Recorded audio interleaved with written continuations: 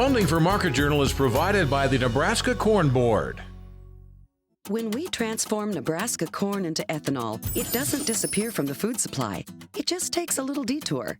Ethanol is made from the starch. The rest of the corn becomes livestock feed to create meat and dairy products, corn oil, sweetener, and other food ingredients, and maybe a little carbon dioxide to make your soft drinks fizzy. Homegrown ethanol helps satisfy America's hunger for energy and the world's appetite for feed and food. Nebraska's family corn farmers, sustaining innovation.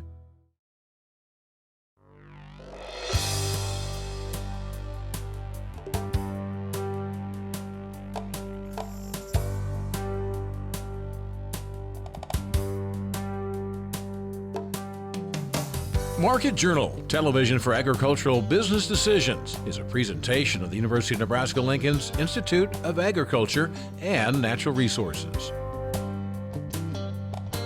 Promotional support is provided by the Nebraska Farmer Magazine, and major funding for Market Journal is provided by the Nebraska Corn Board.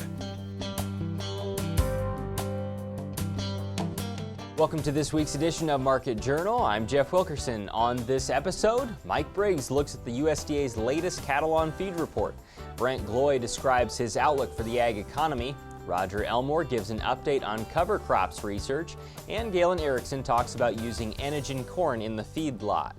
Mike Briggs is our cattle market analyst this week. U.S. farmers and ranchers churned out a record high amount of both beef and pork in November. Beef production, with one more day in the month than a year ago, was up 16%. Nebraska's output was nearly 11% higher than November 2015 and accounted for a quarter of the country's total. The USDA's December cattle on feed report also showed large increases. While the total feedlot inventory was 1% below December 2015, placements during November were 15% higher and marketings were up 17%. We talked with Mike Wednesday morning and began by discussing the latest cattle on feed numbers. They were interesting in that we already knew we were going to be kind of short cattle in the first quarter. And it actually showed that there's going to be less cattle here in the first quarter, which bodes well for our market, but more cattle in the summer that I think is going to be a flaming abyss anyway, so you just threw a little more gas on that fire. What do you think production is going to be like over the first half of this year? I think we're going to be, it's pretty dry in these feed yards, especially in the south and the southwest. They're getting along really good, so they're having tremendous feed lot performance. You've got a pretty good price, you've got cheap corn, so that's going to encourage people to keep cattle bigger. So I think even though we maybe have less cattle to slaughter, our meat supply is going to stay pretty much even. What do you think prices have been like here over the last few weeks? We've had a tremendous rally that was a little bit unexpected, and we've actually been able to leverage some of the margin back away from the retailer and back away from the packer. But yet they're both doing fine. You're starting to see a little bit of profitability return to the feed yard. I think that will continue as we go here. And I think we've got another good 8 weeks in front of us, maybe even more than that. I think maybe possibly all the way into May. After that, all bets are off the table. And I think July, August, and September, they could just be awful. Just because of the huge supply around that time? Huge supply of cattle in a time period where beef does not move well. And the thing that bothers me the most, I think there's a real potential to have more cattle to slaughter than we have packing capacity. And that's never a good situation where you've got a commodity that is not storable, because cattle aren't, and you can't get it gone. That could be a real problem for feed yards. That price for all fresh retail beef in November was the cheapest since June 2014. Is it enticing more buyers to come back? Absolutely. We've seen tremendous movement here in the last 6 weeks. We're doing really well there. I really wish that the dollar wasn't on fire, but when you're the only good economy in the whole world, that's going to happen. That's going to hurt our exports a little bit, but prices come down so much, we're still doing really well on the export front. So from a demand standpoint, we're doing well. Tell me more about per head profit margins in the feedlot and for the packer. Packers are huge. They're still making a lot of money because beef keeps going up every single week. The retailer is the one that's actually getting pinched, but he's just had horrifically large margins as we've talked for the last year or so. So I don't feel sorry for him. Packer margins are there. I think packer margins are going to tighten up because supply of fat cattle are going to tighten up, and that in turn is going to help margin profitability in the feed yards here for a little bit. Per head in the feedlot, give me an estimate of what we've seen over the last few weeks. Well, you know, that's going to be all over the board, because when things were the worst, if you had money left or nerve enough to go buy some really cheap feeders, those cattle are going to do really well. They're going to make six-figure money. They're going to make over $100 a head. If you waited until things kind of got going, because it never seems to take very much to light a fire into the feeder market, you know, but you still should be in that $25 to $50, $60 head range, which is really good profitability. Now, after what we've come through, that's a pretty deep hole, and 40, 50, 60 bucks isn't going to fill it very fast, but it's a heck of a lot better than red numbers. What's your price forecast look like over the short term? I really think here in this first quarter of the year, I think we can punch this thing up past 120, maybe 122, maybe 124, provided your demand stays in there. You know, are we going to have a big fall off in demand after the holidays?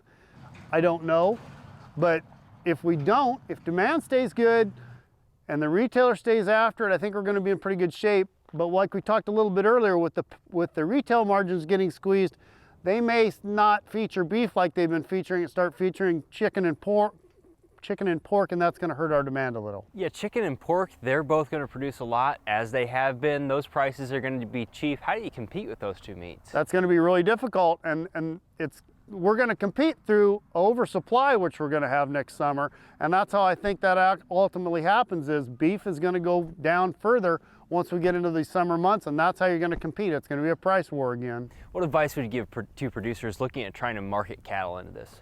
You're going to have a tremendous opportunity here to sell some cattle worth the money, sell them, and get some of your deferred stuff locked up, because I know the market's already got a big discount in it. You're sitting up here in the 116 level, kind of sort of with your Feb, and your summer months are already at $1, so they've already discounted it, but I really don't think there's enough discount there. I think it could be worse than that. So if you're buying cattle that have some profitability, I really believe you better take advantage of it, because I really think this summer could just really be tough on us. Are you acting a specific way with corn? Corn, I'm not doing a thing. I know some people are worried about South American weather a little bit, being dry in certain parts. I don't think corn's going anywhere. I really, really don't. I think corn is going nowhere. I don't think you have to worry about your corn price for quite a while. Next week, we'll look at the USDA's January crop report with Elaine Cubb. The 2016 Fremont Corn Expo, held this weekend, sponsored in part by the Nebraska Corn Board, featured discussions on multi-hybrid planting, phosphorus management, and ag finances. The USDA expects 2016's net farm income mark of $66.9 billion will be 17% below 2015 and the lowest since 2009. Purdue ag economist Brent Gloy, who farms in southwest Nebraska, described his economic outlook for U.S. agriculture at the event and talked with us after his presentation.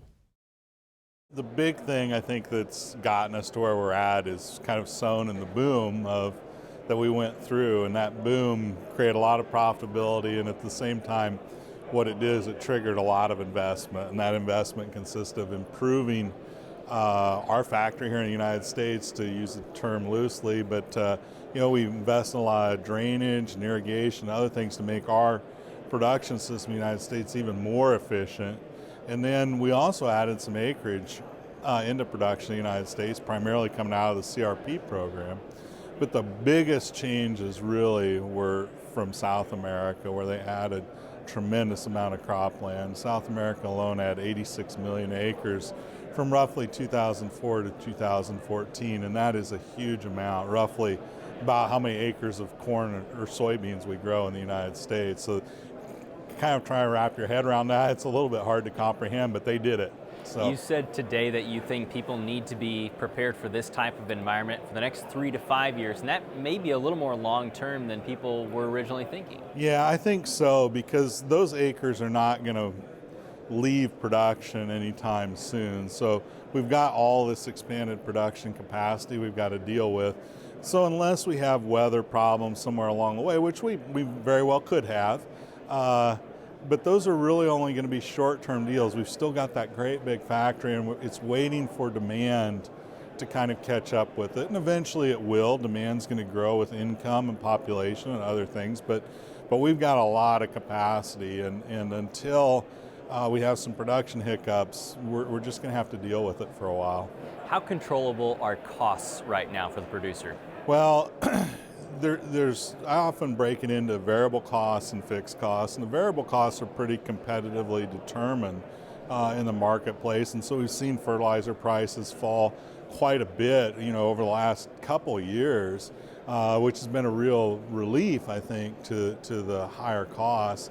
But then the other ones are more your fixed costs, and those are things like equipment and land costs. And what we're starting to see now are land costs, cash rents, and land values starting to come down a little bit. And I'm not for, I'd love to see land values keep going up because it means we have really profitable agriculture. But where we're at now, they just need to come down a little bit, and rents in particular need to start working their way down. And I think we're seeing evidence that that's happening. On the equipment side, that's a much harder thing to fix. I mean, farmers have responded by just cutting their capital investment, which is a reasonable thing to do. But over time, it takes longer to kind of restructure your operation, make it more efficient. It's not something you can fix overnight. Let's talk about how the U.S. is getting rid of some of that supply, and it's through trade. What impact does a strong dollar have on ag trade? Well, trade is really important to American agriculture. About 25% of our products are exported every year, so it's really a key pillar of agricultural demand for us.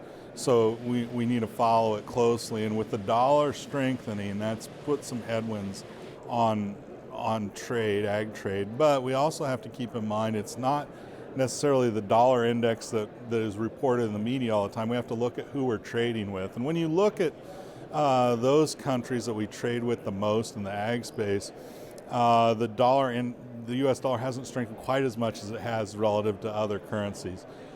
The only caveat to that is that some of our competitors for those same markets, their currencies have weakened quite a bit. So that's a headwind too. But overall, it's not quite as bad as the general U.S. dollar index looks, but it's still a headwind for us. One of the other areas across the world that you mentioned today was Europe, and you said that people need to pay attention to this economic situation that's going on there. Why? Well, global economic growth is going to help agriculture, and it drives all kinds of things, from interest rates to inflation to other things. And the European economy is still just kind of stuck in neutral, and I think it's going to stay that way for a while because they just don't seem to be able to fix some of their fundamental economic problems. And then they've got immigration issues and all kinds of other things that are challenging them. So it's important because it's a huge economy.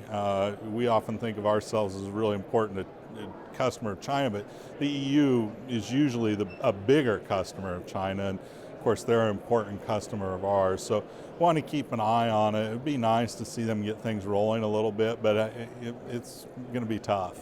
We'll close with this. What things can producers be doing now to help better position themselves for success? Well, I think, in the long run in agriculture, and for most people in production agriculture, getting to a low cost of production is the best strategy they can follow. So it's doing things to make sure you're buying those variable inputs right, but which I think most farmers are already doing, but it's getting that fixed cost structure down, bringing it down, working on it, and thinking about what their plan is for the next 3 to 5 years.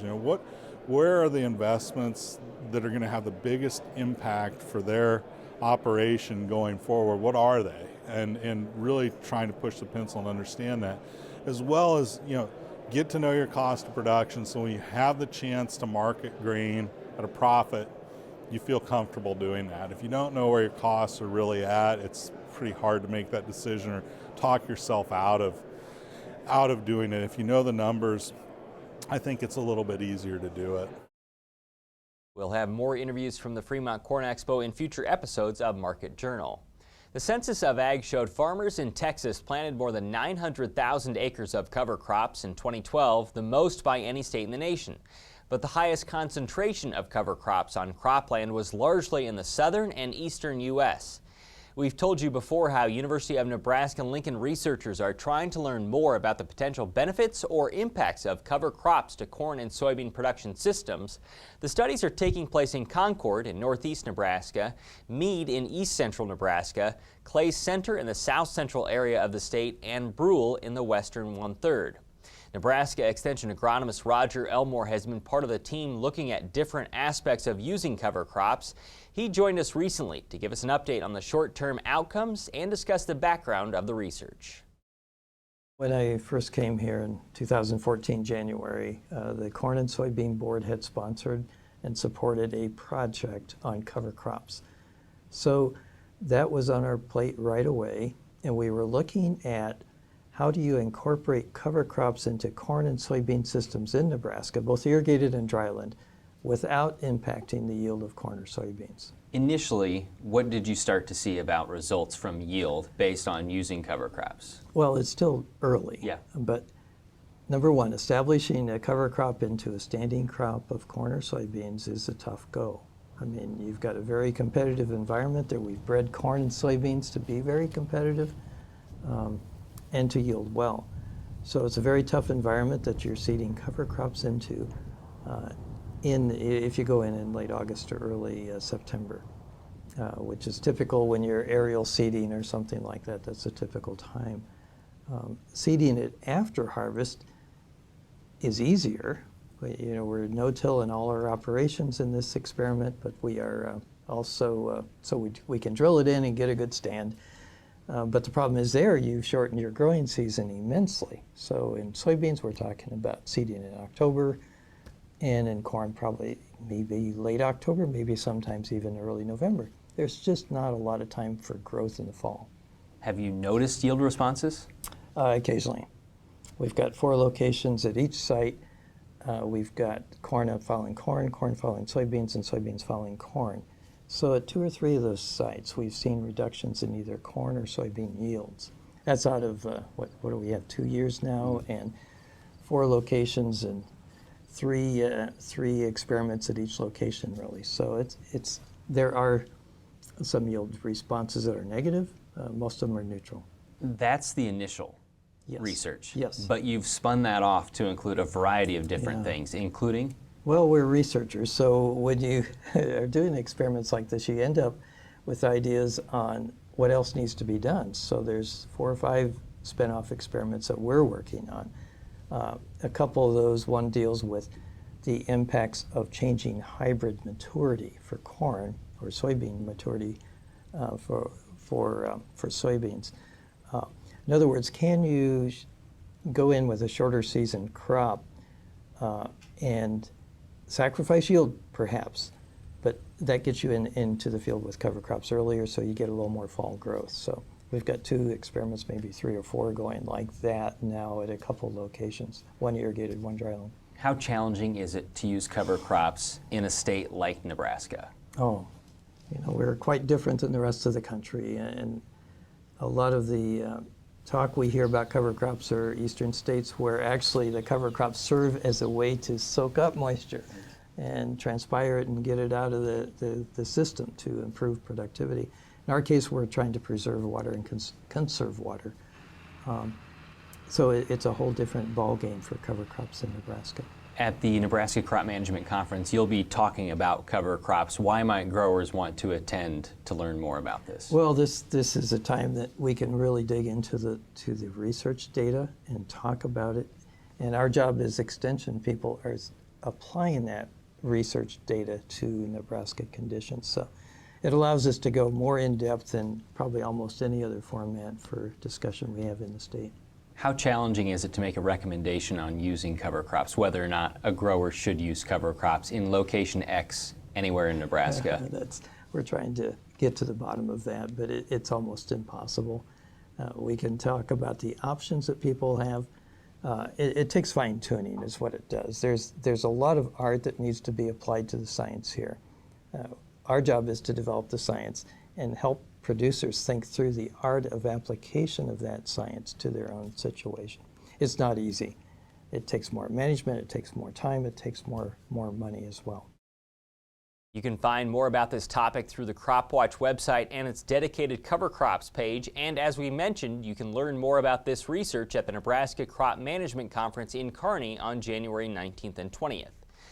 The January Nebraska Farmer says livestock producers have some new regulations to follow with the Veterinary Feed Directive. The VFD requires a written order from a veterinarian when farmers or ranchers use feed-grade antibiotics that are medically important to humans. This month's magazine says it's something producers have known about since the Food and Drug Administration decided to change how these antibiotics are used in feed and water for livestock consumption. In the January Nebraska Farmer, you can read how feedlot producers in the state are working with veterinarians to ensure judicious use of medications. Nebraska Extension beef feedlot nutrition specialist Galen Erickson says a specific variety of corn may offer value to producers finishing cattle. Galen says UNL researchers have been studying Enogen corn from Syngenta over the last few years. He joined us recently in the R.B. Warren Arena on UNL's East Campus, where we began by asking what's different about this variety of corn. Similar to Enogen that they've probably heard about for ethanol plants, Enogen Feed Corn has amylase enzyme that gets activated, and amylase helps break the starch down inside the cattle. And ironically, cattle are not very good at digesting corn. The cattle themselves aren't. Microbes in the rumen are really good at digesting corn. In fact, they might digest some corn too fast, and that's what causes acidosis at times in cattle. But once it gets to the small intestine, the cattle themselves are not great at digesting corn. And so we were interested whether this corn would actually improve starch use by cattle. Outline for me your study. Yeah, we've done multiple experiments, and we've tested it primarily as dry rolled corn, and with dry rolled corn type diets, Enogen feed corn compared to similar genetic corn or even commercial corn, we see an improvement in feed conversion. It's been a bit variable, but 3 to 15%. You mentioned dry rolled corn. What's the difference when you use it as a high moisture corn? Yeah, we did do one experiment where we put it up as either high moisture or dry rolled corn, and when it was processed as high moisture corn, it didn't improve performance at all. And that makes some sense because the high moisture corn is mostly used in the rumen. That's why it's a little greater risk for acidosis. And since it's mostly used in the rumen, we're not seeing an improvement there. And then there's not as much left when it gets to the intestine. And so it's just harder to improve high moisture corn. And so I think it's all been logical that this fits in dry rolled corn, maybe whole corn, but we've not tested that type diets. So it's going to fit for smaller farmer feeders. Any impact to meat quality, carcass scoring? Yeah, in all of our studies, as normal, we carry this through and collect traditional carcass data. In our studies, you know, when we've designed these, we fed all the cattle the same number of days, and so in some cases, the Enogen feed corn fed cattle got a little fatter. So if anything, we saw a little bit increase in marbling, maybe a little bit fatter carcasses, but I think that's a reflection of them doing better and then being fed a little, the same number of days, being a little fatter at the end. One of the obvious questions, as always, is there an extra associated cost with this? Well, I think Syngenta is working on marketing now and lining up seed for this coming year, and my understanding is that there's really no extra cost. And so what I've been telling producers is that it's kind of a no risk. In other words, if you're going to plant corn and feed it as dry rolled corn, try this, and I think they'll see potentially a 3 to 5, 6, 7% improvement in feed efficiency. Where does the research go from here? Well, we're exploring that with Syngenta. I know we have been asked a lot of questions when we've had these meetings, and so they've got to decide some of that direction. But you know, I have questions on does it fit in other whole corn type diets, and then how does it work in silage, to just make sure we've addressed any questions producers raise. So we have plans, but ultimately that direction will be kind of up to Syngenta. Now with this week's weather forecast, here's Nebraska Extension ag climatologist Al Dutcher.